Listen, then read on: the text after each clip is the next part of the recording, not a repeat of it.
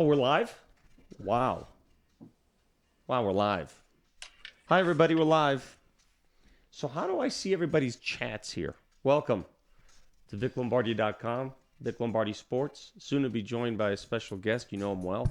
Very popular on the cheerleader fire truck today during the Broncos parade, by the way. Everybody was asking about him. We'll get to that momentarily. How was your day, by the way? Pretty fun on this end. We went down to Pepsi Center today with I went with my altitude crew, and the intent was to do a story on the Broncos parade. And so we go down there, and we're running around with the cameras. We're told that the Broncos are going to meet at Coors Field, and that's where they're going to assemble to get on these fire trucks. So we get down there, and lo and behold, we jumped on a fire truck, West Side style, and we did the entire parade route. Felt very uncomfortable on a truck waving. By the way, it's hard to be a cheerleader. These poor ladies, they've got to smile for 3 hours. Have you ever tried to smile for 3 hours straight? I want you to try that right now. As soon as we're done with this show, just try smiling and waving for 3 hours straight. And tell me how exhausting that is. It's the most exhausting thing I've ever done. All right. Got a lot of stuff to catch up on before we go to our guest. One thing that I want to point out. First off, I was watching Inside the NFL tonight. That's the channel on Showtime where they play back all the games with the players mic'd up. And tonight, I saw a couple things that pretty much tell us, we know this already, but pretty much prove that Peyton Manning has played his final game in the NFL. During the course of the game, he's telling guys, he told Josh Norman, he told Cam Newton, hey, have a great career. Have a great career. You're going to have a great career in front of you, this and that. I mean, he's saying stuff that obviously a retired player is saying. Now, I'm not sure why he hasn't announced it yet, but that's up to Peyton. Maybe he's going to have a couple weeks to clear his thoughts. But I think we saw 18 play his final game. Today during the parade, he was soaking it all in. You know, his kids were part of it. It was just really, really cool. I'm going to go to the chat room. Adalio, can you come wind up the chat room? Just come wind up the chat room real quick. No, we didn't lose Brandon. I just did this thing I hit some button. We'll get to him momentarily. But just, yeah, dial up this chat room on this computer. I have no idea what the hell I'm doing. Here's my brother Adalio, who spent Super Bowl week with us as our technical advisor. Come on, just come over here and fix this thing because I have no idea how to get the chat room up so I can chat with people. For those of you who haven't seen our videos on YouTube, by the way, that we produced all week, I want you to pay attention to one particular video. Go to the one that is labeled John Elway Kicking and Screaming. And I want you to hear the portion of that interview where I speak to Joe Ellis, Broncos president. He made a comment during that interview that really, really hit home. He said that the season turned after the loss to Pittsburgh, in Pittsburgh, when Gary Kubiak got his team together in the locker room and said, are you with me or not? Are you with me or not? In my opinion, that was the turning point of the entire season. And it proved to be the turning point for the team. And not just the quarterback position or any of that business, the entire team. All right, here we go. A couple of questions. We'll get them out of the way right now. Michael, thanks for watching, VicLombardi.com. Michael says, Vic, is Elway completely smitten with Brock? I love that word, smitten, by the way. Or is there likely another guy out there? Well, I'll say this. Brock Osweiler will be the starting quarterback, barring something crazy. They're going to re-sign him. They're going to pay him what they believe he deserves. He's going to be well compensated. And I'd say this for two reasons. Number one, he's already proven himself. You know, he played in meaningful games. Now, has he proven himself to be a franchise quarterback for 10 years? No. But he's proven that he can win with this team. He rallied to beat New England. He rallied in a couple games. What more does he need to do? He's perfectly capable to quarterback this team with this defense. Now, will the defense look the same? Probably not. They're probably going to lose a couple guys. That's the nature of the beast when you win the Super Bowl. I mean, I'd be surprised right now if Malik Jackson is re-signed. They'll try, but once he hits that open market, his price tag is going to soar. Talked to Danny Trevathan today before he hopped on the fire truck. Says, hey, he'd love to stay here, but it's not his call. That's code for saying, you know, best man win when it comes to prices out there. If somebody else is willing to give him the salary that he desires, he's going to take it. Thoughts on Corey Nelson possibly replacing Danny T? That's why you have reserves, man. We've seen it. We've seen guys mature year in, year out. When Sylvester Williams first started in this league, when Derek Wolfe first started, they're busts. Slowly but surely, they both got better. Slowly but surely, a few games under their belts, they all got better. And that's the nature of drafting these guys. You got to give them time. The offensive line is going to get better. By hook or by crook, the O-line will be better next season. They're going to get Ty Sembrilo back. They're going to make some moves. That's coming. And don't count out the possibility of the Broncos making another offer, a trade offer with Cleveland, taking a shot at Joe Thomas. I'm not saying it's going to happen, but don't count that out. Is Uggs the best quarterback to ever play? Let's let him play the entire career first before we talk about that. How many brothers do you have? I've got 17 brothers. Actually, we had a great conversation with somebody at the Super Bowl. No, I don't want to get into that. I've got a lot of brothers, and they all do something. Let's go ahead and go to our guest, if we can, please. Let's bring in my good friend, who's become a great colleague in this endeavor, Brandon Perna, who runs his own website, That's Good Broncos. Hi, Brandon. How you doing, buddy? Hey, Vic. Thanks for bringing me in. You told me bringing me to the Super Bowl. Did you enjoy the week? Oh yeah, that was it was a crazy week. We were working nonstop, but being there in the environment, seeing the players, seeing a bunch of legends like Joe Montana, Dan Marino just walking around was pretty cool. How about cursing with Joe Namath? To me, that was the highlight of the week. Yeah, that was pretty funny. So we got in there on Wednesday, just to let everybody know, and Brandon, who's been running his YouTube page for a few years now, and does a wonderful job. For those of you watching from his site, just tremendous. And that's where I first saw him. I saw him on the web, and I said, this guy's really creative. But this was the first Broncos game he's actually covered, and it happened to be the Super Bowl. So we get there on Wednesday, we go out to the press conferences, we start talking to these guys, and lo and behold, Super Bowl Sunday comes around. And we didn't have the proper credentials because we got in the game pretty late. So on Super Bowl Sunday, it was a crapshoot whether or not Brandon was going to get in. Unfortunately, he never got past the first line of defense over there because the security was just... It was the most secure Super Bowl I've ever seen. So, Brandon, tell the good people where you ended up watching Super Bowl 50. Well, So you go to Bennigan's. They have a tent. There's about $140 you got to pay to get in the tent for free drinks and food. How many Bronco fans were in that tent when you were in there? It was 90% Broncos fans. So there was I don't know 150 Broncos fans in there and maybe 20. Panthers fans. Okay. But the thing that was important to me was that I could watch the game and hear the game, and they had that set up pretty well. I had a chair, so I didn't have to stand the whole time. But it was a little weird just watching with a bunch of strangers. Did anybody recognize you, Brandon Perna, That's Good Broncos? No, not in the tent. Okay, so let's finish the story here. So the game ends. Adalio and I are on the field getting sound. We're all over the stadium. Somehow we snuck onto the field. And I've been to 12 Super Bowls. I'm 12 for 12 sneaking onto the field without the proper credentials. If the NFL's paying attention, I still get onto the field somehow, some way. So Adalio and I get on the field, and we start just interviewing everybody. It's crazy. It's pandemonium. They got the little sprinkly things falling down. Players are crazy. We get soundbite after soundbite. We got that emotional one with Eric Studesville, the Broncos running backs coach. We talked to Elway. Talked to Britton Colquitt and his kids, Matt Paradis and his entire family.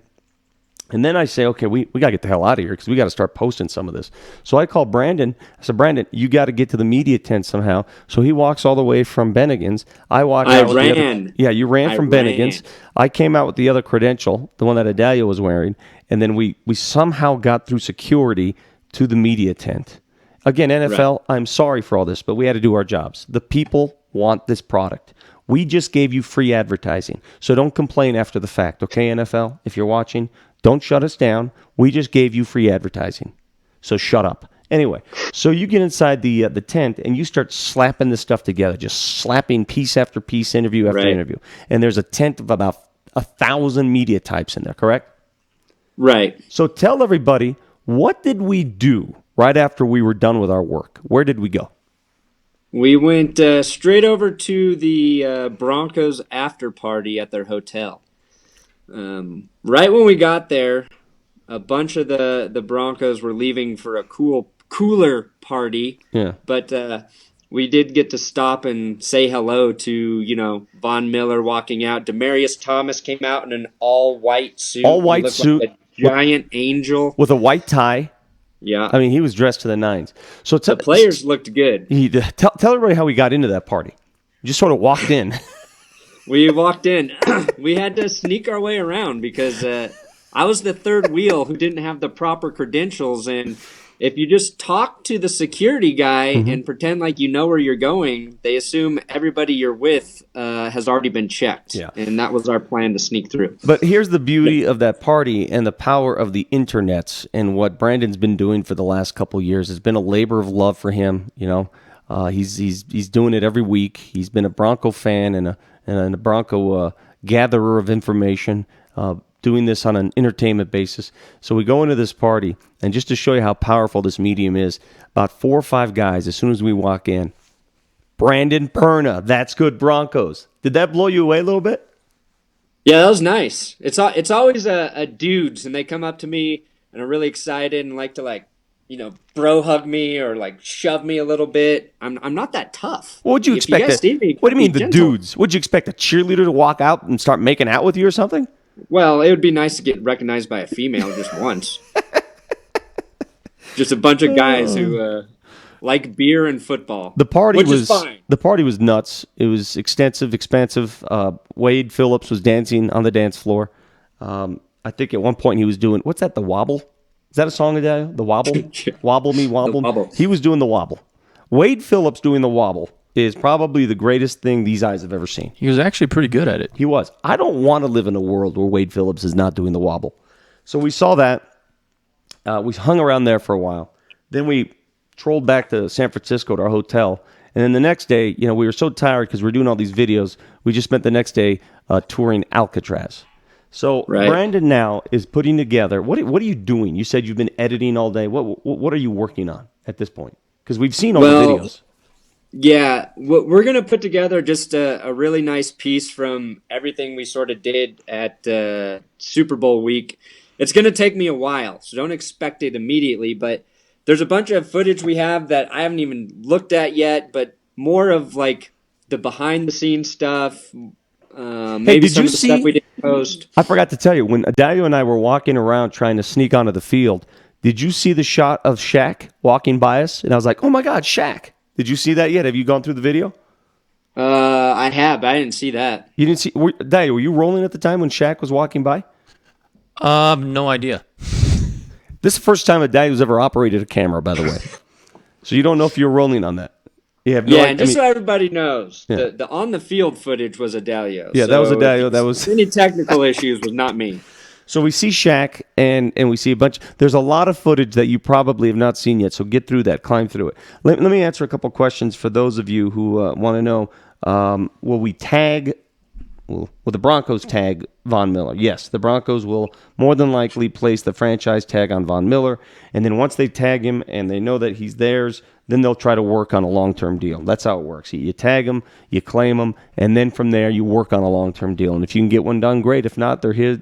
Under his his contract rights belong to the Broncos for one more season.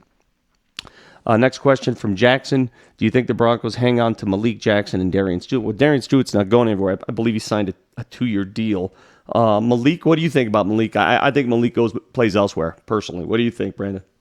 Yeah, I think he kind of made it clear that he wants a lot of money, and I'm not sure the Broncos can afford him. Mm-hmm. Earlier, when you were talking about Malik and Danny Trevathan, if you had to keep one of those two guys, which guy would you keep? Oh, Malik. Malik, no doubt about it. Malik, those interior defensemen. Listen, the Broncos turned the Panthers into a one-handed team. They couldn't run the ball. They could not run the ball.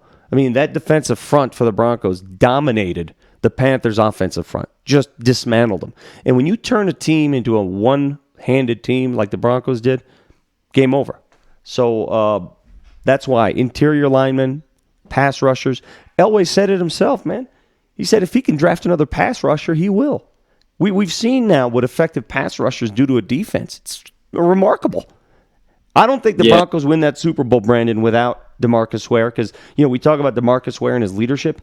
I'm talking about his play on the field. That guy in the playoffs, in the playoffs, just the playoffs alone, was a dominant player. Not as dominant as Von Miller, but damn, he was good. Yeah, as soon as Ware got healthy again, he was unstoppable. He's so quick off the edge, and he's played so long. It's not even just his speed; it's that he knows where to go with his body. He can read how to push the pocket in the right direction, especially with a guy like Cam Newton and containing him. It's his veteran savviness that he has that's really valuable. And him and Miller you can't contain both those guys. So getting him healthy again was huge for this defense down the stretch. Do you get Showtime, Brandon? If you get Showtime, you've got to watch Inside the NFL. Do you have that? Do you have the ability to watch Showtime? I don't have Showtime. You don't have the ability to tune into Showtime. No. Maybe I can find it. Adalia, can you fix that? Can you pirate Showtime for the guy? We got him into the frickin' Broncos postgame party. Can you get him Showtime, please? I can find a way to watch Inside the NFL. Yeah, right? you got to watch it because I'm telling you, when you get the players mic'd up, and I watched about half of it before we started the show, when the players are mic'd up and you see how they're relating to each other during the course of a game, it's a different level. It's next level. It is so cool. Brandon, I'll give you my Slingbox password. How about that? There we go. Any other questions before we wrap this up? Because I don't want to make this too long. Do you think the Broncos will get Matt Forte this offseason? No clue.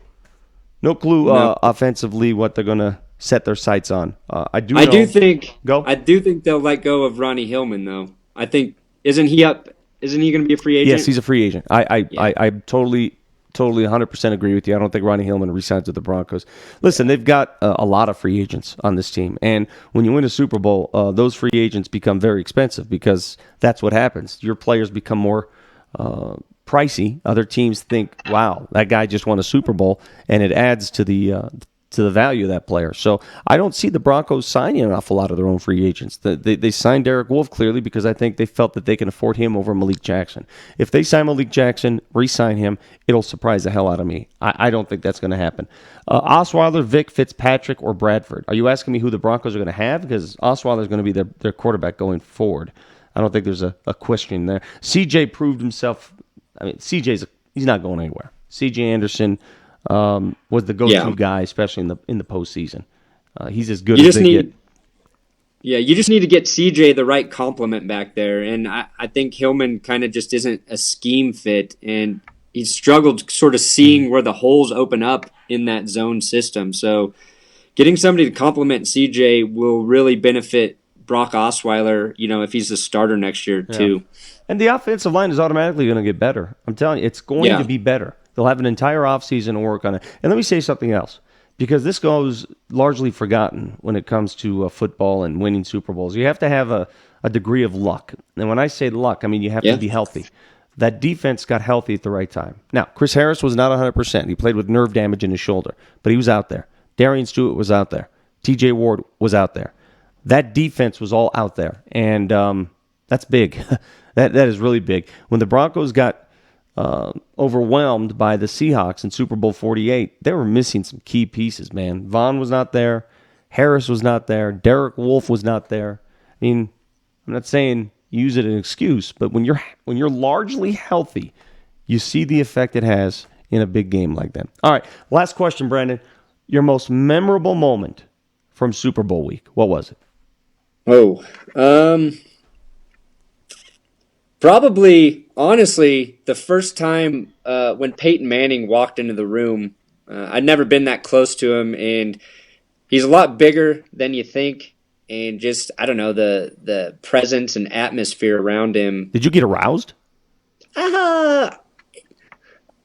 Maybe. But I've learned to hide that in public situations. It's pretty easy to do. So the presence of Peyton Manning, because he was right in front of us and we followed him around. He walked in. I don't know, it was just a little surreal. But then, I don't know, talking to watching you talk to the Broncos and then getting a chance to talk to McManus about the Gooch was that was probably a dream come true. Thing.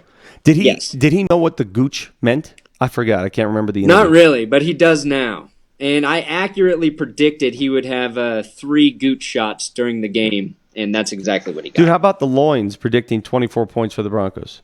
Yeah, Talk that about was pretty accurate. solid. I made that call 2 hours before the game when we were on the team bus. I said, the Loins, what do you see? And the Loins told me 24-20 Broncos. Now, they were off on the Carolina score, but I got the 24 right. Loins, you'd live to see another day. Congratulations. Because I was going to shut them down if they were off on that game. All right, so anyway, Brandon, we are eager to see the video you put together that sort of encapsulates the entire Super Bowl week. I know you're going to be hard at work at that. Brandon's got his own site, obviously. That's Good Sports, where he produces incredible content. We were fortunate to have him with us during Super Bowl week to help us get this thing going. We're new to this whole internets and YouTube, so Brandon was critical in us building this site. I'm heading to... What's that? Actually, my favorite moment were all the times Vic called his GoPro camera a YouTube. Yeah. That was probably over 300 times. You remember when we ran on the field today? Yeah. And one of the players had the camera, and I go, hey, you got a YouTube camera too? Yeah. And he looked at me like, what the hell are you talking about? He looked at the guy directly. He's like, that's a cool YouTube. Does that sort of make me out of touch when I can't refer to the equipment in proper context? No, I think you know what it is. I think it's just one of those things that you just kept calling it the wrong thing. All right, I think the low point of the week, the high point for me, two of them, the Eric Studesville interview, which was very emotional and raw, and love the guy. He's incredible. And being able to exchange curse words with Joe Namath. True story now. So we're sitting there with Joe freaking Namath, on the red carpet the night before the Super Bowl. Super Bowl Sunday, all that mayhem on the field. Me and Adalio run around with the YouTube camera and his camera, and there's Joe Namath that comes in between us. He looks at me and goes, Joe blank Namath. He remembered us. Because how many times does he get interviewed like that? That's awesome. I didn't even know that. So we got to do this again. I'm going to the NBA All-Star game this weekend for Altitude. Is there any chance you can get a flight out there? Me? Yeah. Toronto. Oh, man, I don't know. Do you have a passport? When are you going? I'm leaving Thursday. Oh, man. And it's in Toronto. It's in Toronto. Have you ever heard of Toronto? It's a city in Canada. Yeah, I've never been to Canada. Do you have a passport? I do. Is it alive? Is it official? I think it's still active. Okay. Ready. Well, I'm going to Toronto. If you want to do this again at another big event, I'm there. Yeah, I would love to. I don't know if I can, but we'll talk. A lot of pressure putting me on the spot live. You went to the Super Bowl, and we made YouTube magic, and now you won't go to the All-Star game. And the All-Star game is even going to be crazier. Trust me, I've been to a few of those. All right, listen, Brandon, get some sleep. You look like hell. I feel like hell. Thank you. We'll reconvene at another time. We'll talk Broncos. In the meantime, tell your friends out there, for those of you listening, watching, subscribe to the YouTube channel. We'll do this periodically. Who knows? We may start doing this every day. Check out the way we're outfitted here. We can run video. We can run interviews. So if I want to do an interview with somebody, we just roll it up here.